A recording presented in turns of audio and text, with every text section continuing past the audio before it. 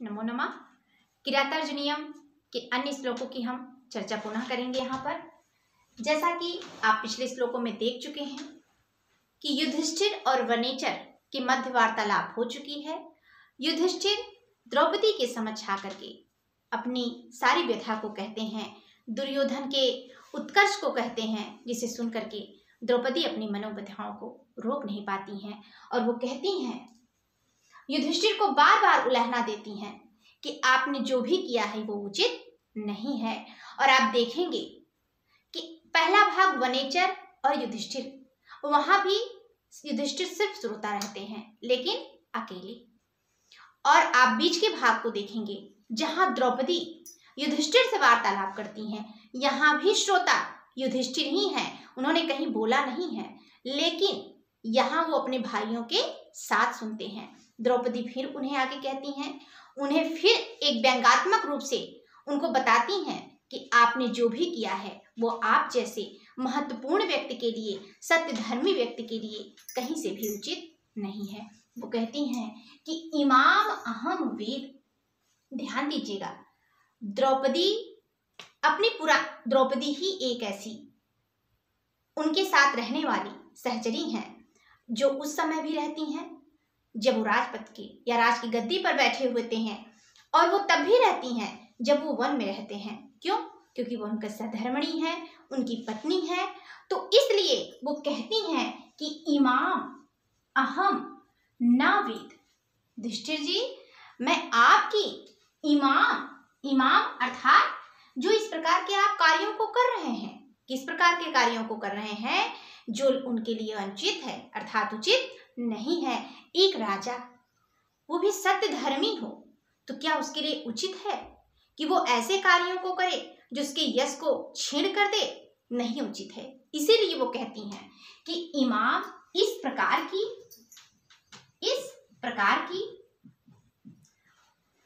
अहम, मैं, तावकीम किसका विशेषण है? ये युधिष्ठिर का।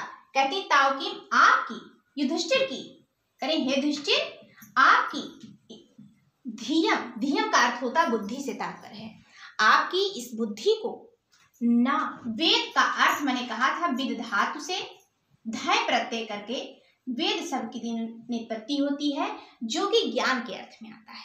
तो कहते हैं तो इमाम अहम न तावकीम धीयम वेद, मैं आपकी इस प्रकार की धीयम जो बुद्धि है, प्रज्ञा है, इसको मैं नहीं जान पा रही हूँ।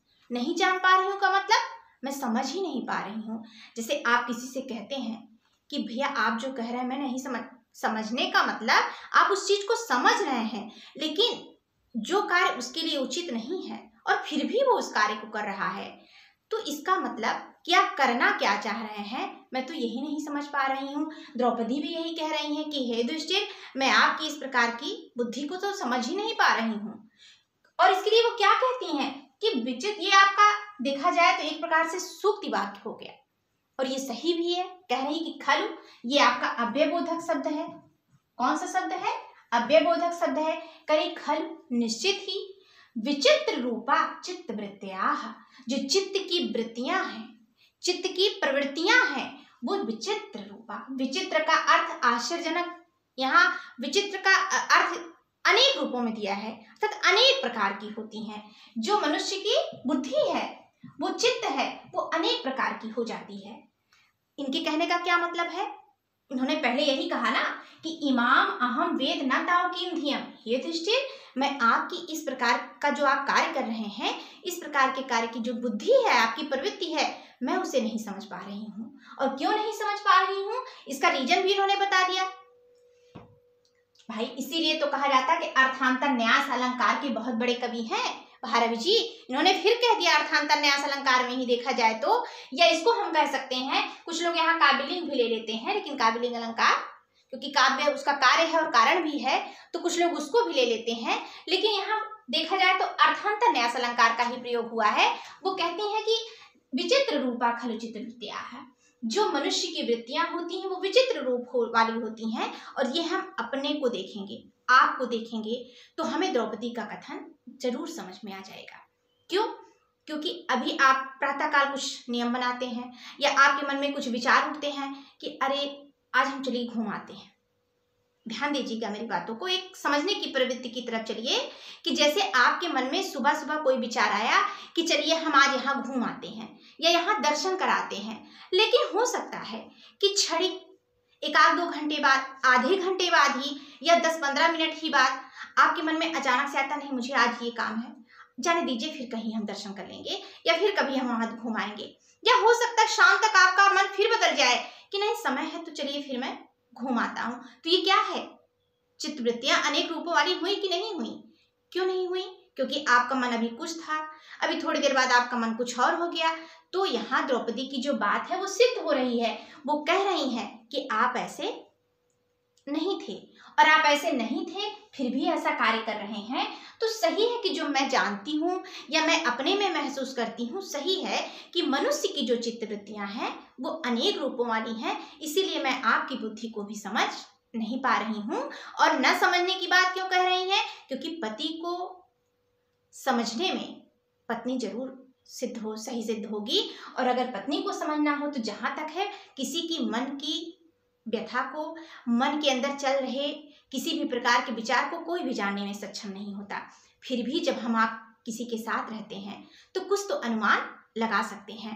तो यहाँ द्रौपदी भी कह रही हैं कि हो सकता है कि मैं आपको जानती हूँ, फिर भी इस समय जो आप कार्य कर रहे हैं उस प्रकार की आपकी जो प्रज्ञा है मैं उसको समझ नहीं पा रही हूँ।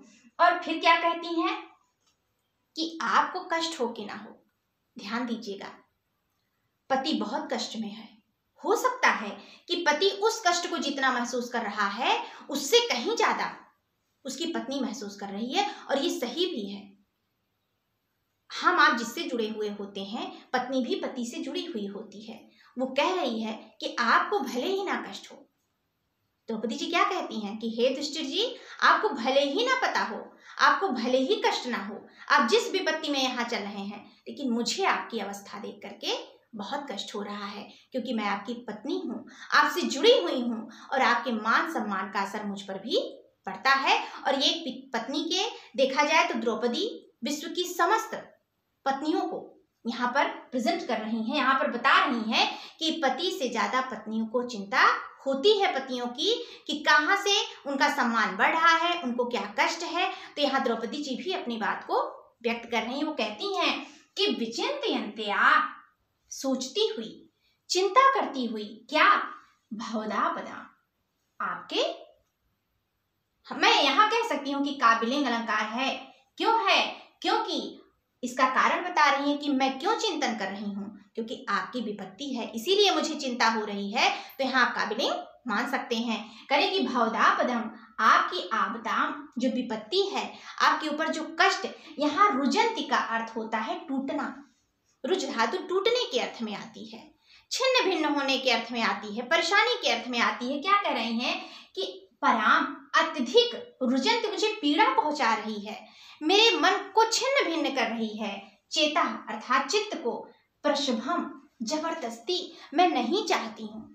जबरदस्ती कहने का मतलब ये थोड़ी कोई द्रौपदी को जबरदस्ती कह रहा नहीं आप चिंतन करिए, नहीं, कह रही कि मेरा जो चित्त है मैं नहीं चाहती। हम आप किसी कष्ट में होते हैं, उस कष्ट को सोचना नहीं चाहते हैं, फिर भी देखिए जब मन उसी दशा में चल रहा है, मन को पीड़ा उसी दशा में मिल रही है, तो दिमाग में तो चिंतन होगा ही।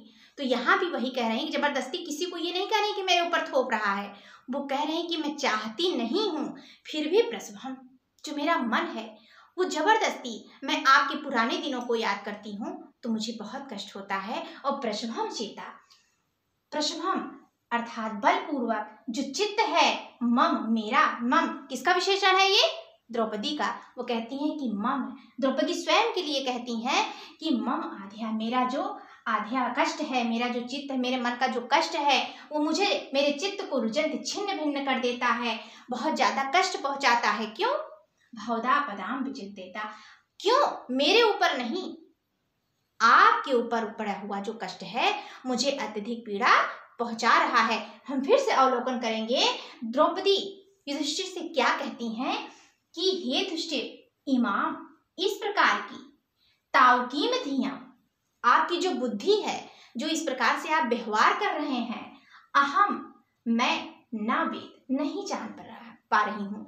आपकी इस प्रकार की बुद्धि को समझना अब मेरी बुद्धि के परे चला गया है, अब मैं उसे नहीं समझ पा रही हूँ। और मैं इसलिए मान रही हूँ कि विचित्र रूपा खलु चित्रवृत्त्याः, निश्चित ही जो मनुष्य के चित्त की मनोवृत्तियां होती हैं वो अनेक रूपों वाली होती हैं। वो कभी कुछ होती हैं, कभी कुछ हो जाती हैं, तो उनको समझना ही सबके बस की बात नहीं है। तो मैं भी आपके बारे में समझ नहीं पा रही हूँ। और विचिन्त्यन्त्या भवदापदां परम, और पराम अत्यधिक रूप से भवदां पदां भवदापदां, आपकी पड़ी हुई जो विपत्तियां हैं, विचिंत्या उनका चिंतन करती हुई, उनका मनन करती हुई, मम आध्या प्रशभम चेता रुजंती, प्रशभम बलपूर्वक, मम मेरे लिए आध्या पीड़ा का जो कारण हो रहा है, चेता इससे मेरा जो मन है, रुजंती रुजंती हो रहा है, यानी कि छिन्न भिन्न हो रहा है, बहुत अधिक कष्ट को प्राप्त कर रहा है। यहाँ फिर आगे वो युधिष्ठिर से कहती हैं कि युधिष्ठिर जी अब आप सोचिए। अब ये फिर पिछली बार में उनके जीवन जो भूतकाल में, देखिए वो भूत की भी बात करती हैं, यानी भूत, यहाँ भूत प्रेतों की बात नहीं हो रही है, भूतकाल यानी कि जो बीत चुका है, वो भूतकाल की भी बात करती हैं और वर्तमान परिवेश की भी बात कर रही हैं। वो कह रहे हैं कि आप ध्यान दीजिए, अब आप भी ध्यान दीजिए। क्या ध्यान देना है कि पुराधि रूढ़ा, पुराधि पहले जब आप अब पहले कहाँ, अब बहुत प्राचीन काल में मत चले जाइए, अर्थात पहले जब आप वन से बाहर यानी कि अपने महल में थे। पुराधिरूढ़ाः, पहले जब आप अपने आरूढ़ होते थे, विराजमान होते थे, कहाँ, शयनम, अपने शयन में यानी कि अपने बिस्तर पर, शयन कक्ष में आप जाते थे वहां पर। और शयनम उनके जो बिस्तर है, उनका जो सोने का स्थान है, उनका जो शैया है, उसकी क्या विशेषता है, महाधनम, वो महाधनम यानी कि बहुमूल्य है। उनकी जो शैया है वो बहुमूल्य है। तो अपने बहुमूल्य शैया पर जब आप पहले आरूढ़ होते थे, जब आप पहले शयन के लिए जाते थे, सोने के लिए जाते थे, विबोध्य से, ध्यान दीजिएगा क्या है कह रही हैं, विबोध्य से त्यागते थे, जगाए जाते थे। यह जो किससे, स्तुति गीत मंगले, हम इस पूरा इसको देख लेंगे तो अपने आप आपको समझ में आ जाएगा कि ये इतरेतर द्वंद्व समास है। कौन सा समास है, इतरेतर द्वंद्व समास है। चार शब्द छिपा हुआ है इसलिए द्वंद्व समास है। स्तुति गीत मंगले, स्तुतियों से, गीतों से, और वो गीत कैसे होते थे, मंगलकारी।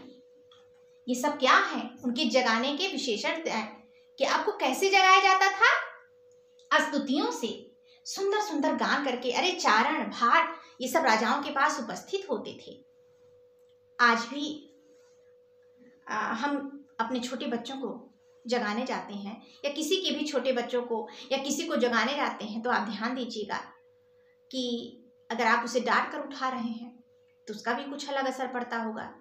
आप उसे शायद हम लोग अपने बचपन में जाएंगे तो कविता थी, उठो लाल अब आंखें खोलो, पानी लाई हूँ मुँह धो लो।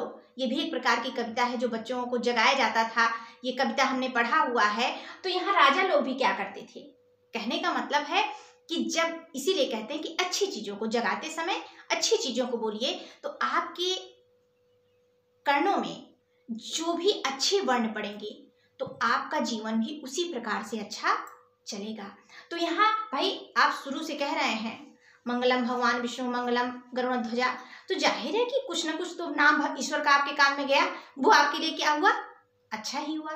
तो वही चीज कह रही हैं कि स्तुति गीत, यह जो किसके बारे में विशेषण कर रहे हैं, दृष्टि के बारे में, कि जो आप याद करिए पुराधि, बहुत पहले यानी कि जंगल में आने से पहले, महाधर्म शयनम आरूढ़ा, जब बहुमूल्य अपनी शैया पर विराजमान होते थे यानी कि शयन करते थे, सोते थे, तो स्तुति गीत मंगलय विभूत से, आपकी जो निद्रा है वो आप कैसे त्यागते थे, जब लोग आकर आपको स्तुति गीत और यानी कि मंगलकारी कल्याणकारी गीतों के द्वारा आपको विभूत से जगाते थे, आप अपनी निद्रा को त्यागते थे। आप उसको याद करिए। ये यहाँ पर भूतकाल की बात कर रही हैं, यानी कि जो बीत चुका है। अब ये वर्तमान में आती हैं, क्या कह रही हैं, आदर्भ दर्भा अतिशय्यम, अदर्भ यानी कि अतिशय रूप से, दर्भाधिशय्य अर्थात कुशों की जो सैया है, अदर्भ यानी कि कुशों की, यानी बहुमूल्य पलंग पर आप आसीन होते थे और अब कुशों की सैया पर आप जब विराजमान होते हैं तो सा अस्थलीम, उस स्थली पर, पृथ्वी पर ऐसी अस्थलीम, ऐसी द्वितीय वचन है यहाँ पर, करें कि ऐसे स्थली पर आप जब अर्थात शयन करते हैं। तो अब यहाँ आप ध्यान दीजिए कि यहाँ विबोधेशे कह दिए और यहाँ पर जहास कह दिए। जहास का अर्थ होता है छोड़ना, वहां कह रहे जगाए जाते थे भाई, आप जगाए जाते थे, यानी कि प्रज्ञा आपकी खुल जाती थी जब आपके कानों में भगवान विष्णु, भगवान शंकर यानी कि देवी देवताओं के श्लोक पढ़ते थे, आपकी प्रशंसा गाई जाती थी, आपके अंदर पराक्रम का भाव जागृत होता था। आप निद्रा से ही नहीं, बहुत सी जो ऐसी अनुचित बातें थी उनसे भी जाग जाते थे, इसीलिए विबोधेशे शब्द का प्रयोग किया। लेकिन यहाँ कह रहा है कि जहाज या आप छोड़ते हैं, आपको जगाया जाता है। जैसे आप ध्यान दीजिए कि आपको कहीं जाना है, आपको 3 बजे उठ जाना है, तो जबरदस्ती आप जागेंगे, अपनी नींद को छोड़ेंगे, आपका मन नहीं करेगा, फिर आप नींद को छोड़ेंगे क्योंकि 3 बजे कैसे के आदमी उठना चाहेगा भाई, उसकी 6 घंटे 7 घंटे की नींद तो पूरी ही होनी चाहिए। तो यहाँ भी कह रहे हैं कि यहाँ तो आप जबरदस्ती छोड़ते हैं। क्यों छोड़ते हैं? अब उसका भी रीजन कह रही हैं कि निद्राम, आपकी जो निद्रा वो कैसे छूटती है, कैसे छोड़ देते हैं आप? अशिवे, यहाँ ध्यान दीजिएगा, मंगलकारी यानी कि मंगल कल्याणकारी, और यहाँ का ही अशिवे, शिव, शिव का अर्थ ही कल्याण से है, और इन्होंने क्या कहा? अशिव है यानी कि अकल्याणकारी। शिवा रुते है, रुते शिवा, शिवा का अर्थ क्या होता है? श्रृगाल। यहाँ शिवा श्रृगालियों के लिए दिया गया है, यानी कि उनकी पत्नी के लिए दिया गया है। किसके? शिवा, सियारो यानी कि श्रृगालों की पत्नियों के लिए, उनकी वाइफ के लिए दिया गया है। क्या कह रहे हैं? श्रृगालियों। क्यों? अरुते अर्थात ध्वनि, किसके अर्थ में आया है? ध्वनि के अर्थ में। भाई आप ध्यान दीजिए, आप मनन करिए कि यहाँ श्रृगालियों की आवाज भले ही दिया गया हो, हमने बचपन से सुना है या सुनते हुए आ रहे हैं, हम शायद इसको मानते भी हैं कि बिल्ली का रोना शुभ नहीं होता, कुत्ता रो रहा है तो नहीं शुभ है, अगर वो भौंक रहा है तो ठीक है, लेकिन अगर वो रो रहा है तो वो शुभ नहीं है। आप स्वयं के लिए भी देख लीजिए, क्या रोना किसी को अच्छा लगता है? कभी नहीं अच्छा लगता। कहने का तात्पर्य है रोना शुभ हो ही नहीं सकता, वो चाहे पशुओं का हो चाहे मनुष्यों का हो। अब ये अलग चीज है कि खुशी के, प्रसन्नता के भी आंसू होते हैं, तो इसीलिए यहाँ पर मनुष्यों की बात नहीं दी गई। किसकी बात दी गई? पशुओं की बात दी गई। और पशुओं में भी हम देखते हैं तो बिल्ली हुआ, कुत्ता या अन्य जानवर कुछ ऐसे होते हैं जिनकी अकल्याणकारी आवाज होती है, लेकिन इन्होंने श्रृगालों की आवाज को कहा इसलिए कि आप ध्यान दीजिए कहाँ है ये? वन में है, और वहां बिल्ली उल्ली तो अलग रहते होंगे, लेकिन श्रृगाल और श्रृगालियों की संख्या बहुत ज्यादा है, और इनकी जो आवाज होती है वो कहीं से भी अच्छी आवाज नहीं होती, चाहे वो बोलने की हो या रोने की हो। इसीलिए यहाँ श्रृगालियों की बात की गई है। तो कह रहे हैं श्रृगालियों की बात की गई है, तो कहते हैं कि शिवारुते, शिवारुते, शिवारुते अर्थात ये जो श्रृगालियों की आवाज है जो कि अच्छी नहीं होती है, ऐसे आश्वे, अमंगलकारी ध्वनि से, किसके द्वारा? ध्वनि के द्वारा। सा, वह आ, कौन? हे युधिष्ठिर जी, वह आ अदर्भ दर्भादिशम अर्थात कुशों से भरपूर, कुशों से भरी हुई स्थली पर जो सैया करते हैं यानी कि शयन करते हैं, ऐसे आप अलका अकल्याणकारी श्रृगालियों की आवाजों से अपनी निद्रा को, अपनी नींद को जहाज छोड़ देते हैं। यहाँ इन्होंने कहा त्यागते थे, और यहाँ कहते हैं कि जहाज से छोड़ देते हैं, अर्थात आपका भी मन नहीं लगता, मजबूरी में आप भी अपनी नींद को त्यागते हैं। कभी कभी वो अचानक से बोलने लगती हैं तो आप 1 बजे भी उठ जा रहे हैं, 2 बजे भी उठ जा रहे हैं, जो कि उचित नहीं है, और वो भी अमंगलकारी। दोनों चीजें बता रही हैं कि मंगलकारी स्तुति गीतियों से आप उठाए जाते थे, और आज अकल्याणकारी ध्वनि के द्वारा उठाए जाते हैं। तो आप अपने बारे में भी सोचिए कि आप पहले कैसे थे और अब कैसे हो गए हैं। कह रहे हैं कि पुराधिरूढ़ाः, यह जो आप क्या करते थे? पुराधि, पहले, वन में आने से पहले, महाधनम सैनम आरूढ़ा, अपने बहुमूल्य शयन कक्ष में अपने सैया पर आरूढ़ होते थे। जब विराजमान इनकी सो जाते थे तो स्तुति गीत मंगले विबोध्य, अर्थात स्तुति और मंगलकारी गीतों के द्वारा जगाए जाते थे, अपनी निद्रा को त्यागते थे। और वही आप इस समय अब वर्तमान में देखिए तो दर्भादि अतिशय, अर्थात कुशों से भरी हुई स्थलीन जो पृथ्वी है उस पर अतिशय सोते हुए शिवे अकल्याणकारी शिवा ऋते जहासी, अर्थात अपनी अमंगलकारी श्रृगालियों की आवाजों से जहाज छोड़ते हैं किसको? निद्रा को, अपनी नींद को। अर्थात पहले आप कैसे थे, अब आप कैसे हैं। इसीलिए वो यहाँ पर कहती हैं कि इमाम हम वेद न तावकीम थियम, मैं इसीलिए आपकी बुद्धि को समझ नहीं पा रहे हैं। क्यों? क्योंकि आप खुद ही नहीं जान पा रहे हैं कि पहले मेरा वर्चस्व क्या था और अब मैं क्या से क्या हो गया। अर्थात आप सत्य रूपी धन वाले हैं, मान सम्मान रूपी धन वाले हैं, और फिर भी अगर आपको इन बातों में कहीं से अंतर नहीं लगता तो इसका मतलब कि अब आपकी बुद्धि भी काम नहीं कर रही। उनको पागल नहीं घोषित कर रही हैं, फिर भी कह रही हैं, एक तरह से उलाहना दे रही हैं कि आपको ऐसा करना उचित नहीं है। और फिर वो आगे कहती हैं कि आप फिर याद कीजिए, फिर देखिए वो उसी उनको भूतकाल में ले जाती हैं और कहती हैं कि युधिष्ठिर अब आप इस चीज को ध्यान में दीजिए कि पुरोपनीतम ने, हे राजन, ये संबोधन है किसका? युधिष्ठिर के लिए। कहती हैं हे राजन, हे भाई नाम तो नहीं ले रही हैं, सम्मान दे रही हैं, कह रही कि हे राजन पूरा पहले, फिर कह रही कि पहले यानी कि जंगल में वन में आने से पहले जब आपने दूध क्रीड़ा में अपने आप को हारा नहीं, भाइयों को नहीं हारा, मुझे नहीं हारा, अपने राज्य को नहीं हारा, उस समय जब आप पहले उपनीतम प्राप्त करते थे रामणीयकम, सुंदरता को, दिव्य। अब यहाँ सुंदरता का अर्थ आप तेज में ले जाइए, दिव्यता में ले जाइए। जैसे आप किसी अच्छे कार्य को कर रहे हैं, पूजा पाठ कर रहे हैं, आप सद्मार्ग पर चल रहे हैं, आप अच्छे कार्यों के द्वारा उचित फल को प्राप्त कर रहे हैं, तो आपका जो शरीर है, आपकी आभा मंडल है, किसी चोर को आपने चमकते हुए देखा है? डाकू को चमकते हुए देखा है? नहीं देखा।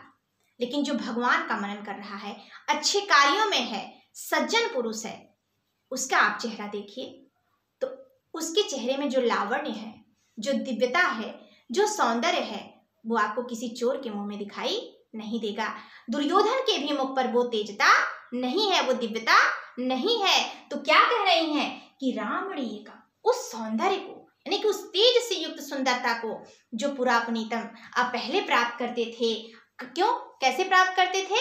द्विजाति शेषेण, यद जो द्विजाति। अब द्विजाति से आप क्या समझ रहे हैं? द्विजाति क्या है? मैंने कहा था, पहले भी आपको बताया था कि वैदिक काल में द्विजाति, मनुष्य में तो आप उठाकर देख लीजिए, तो द्विजाति का अर्थ होता है सीधे सीधे जो उपनयन संस्कार कराए। तो ब्राह्मण क्षत्रिय वैश्य तीनों कराते थे।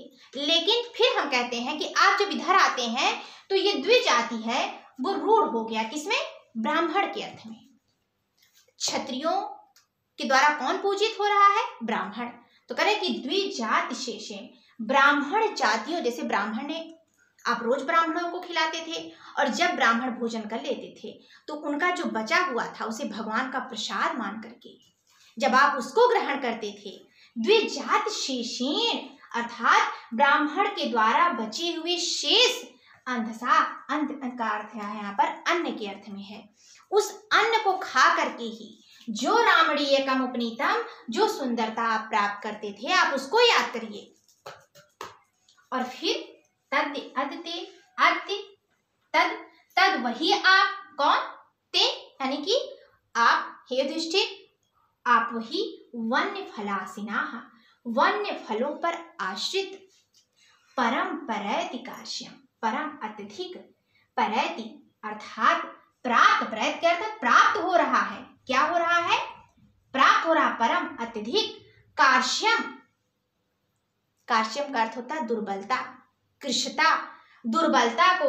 अब ध्यान दीजिए क्या कह रही हैं, पहले तो इसको ध्यान दीजिए, सहसाकम समम सार्धम, इसके योग में तृतीय विभक्ति का प्रयोग होता है, यस्सम समम, अर्थात क्या कर दिया गया? तृतीय विभक्ति का प्रयोग किया गया क्योंकि समम का योग आया। तो करें कि यस के साथ वपु, आपका शरीर भी। अब यहां दिखाई देने वाली महत्वपूर्ण बात क्या है कि शरीर क्षीण हो जाए तो चलता है, आपका शरीर दुर्बल हो गया तो पुनः फिर हो सकता है कि फिर पौष्टिक आहार पा जाएगा, फिर वो सही हो जाएगा।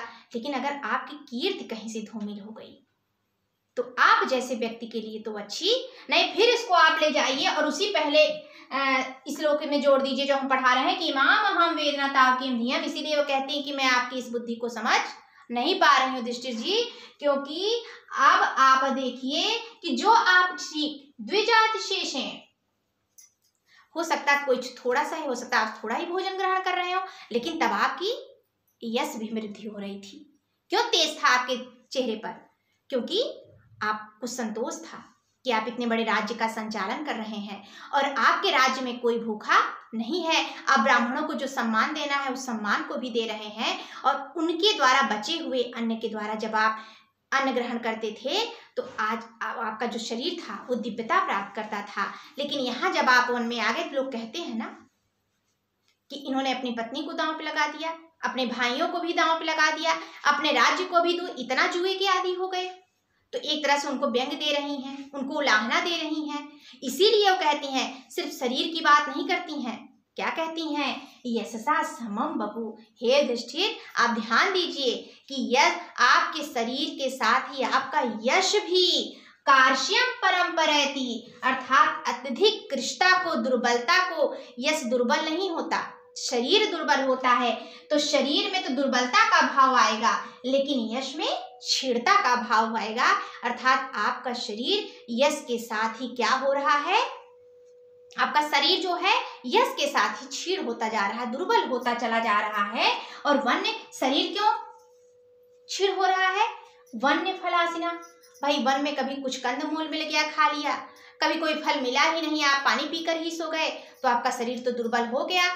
और आपका यश क्यों क्षीण हो रहा है? वो वन्य फलासिना नहीं, वन्य फल आश्रय, यानी कि वन में आप रह रहे हैं तो कहीं ना कहीं आपके लिए उचित नहीं है, क्योंकि सारे लोग आपकी हंसी उड़ा रहे हैं। युधिष्ठिर को देखिए, वन में चले गए अपने परिवार सहित और उन्होंने सब कुछ दांव पर लगा दिया। तो क्या कहती हैं द्रौपदी कि नृप, हे राजन, हे युधिष्ठिर सुनिए कि पूरा बहुत पहले जब आप अपने राज्य में थे और विजित करके थे, सबके साथ जिस प्रकार से रहना चाहिए एक राजा को उस प्रकार से निवास करते थे, तो उस समय द्विजात शेषेण यद, अर्थात जो आपका शरीर द्विजात शेषेण, ब्राह्मण जातियों के द्वारा शेष बचे हुए अंधसाह, अर्थात अन्न के द्वारा रामणीयकम उपनीतम, अर्थात अत्यधिक रमणीयता को, सुंदरता को प्राप्त हो रहा था।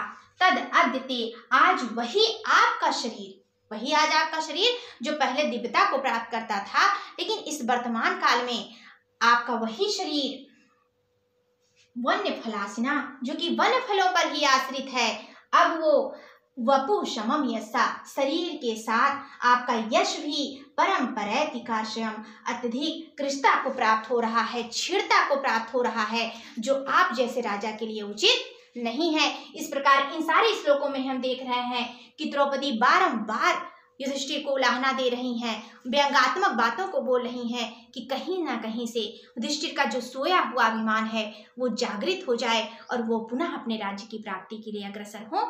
आगे अन्य श्लोकों की चर्चा हम अगले वीडियो में करते हैं। नमस्ते।